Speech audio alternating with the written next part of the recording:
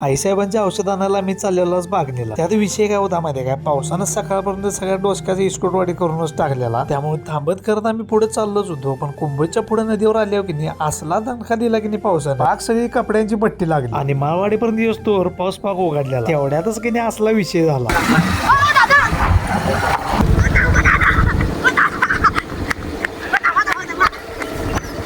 आपल्या शाळेसने घरला जाताना छोटा पॅन आपल्याला गाठ पडला बघा. मला गाडीवरून जातेला बघून भावानं लांबनं सांग मारला आणि मला भेटायसाठी खास पळत आला. आता निरागस प्रेम कसं असतं की नाही भावानं ते तुम्हाला दिसेल.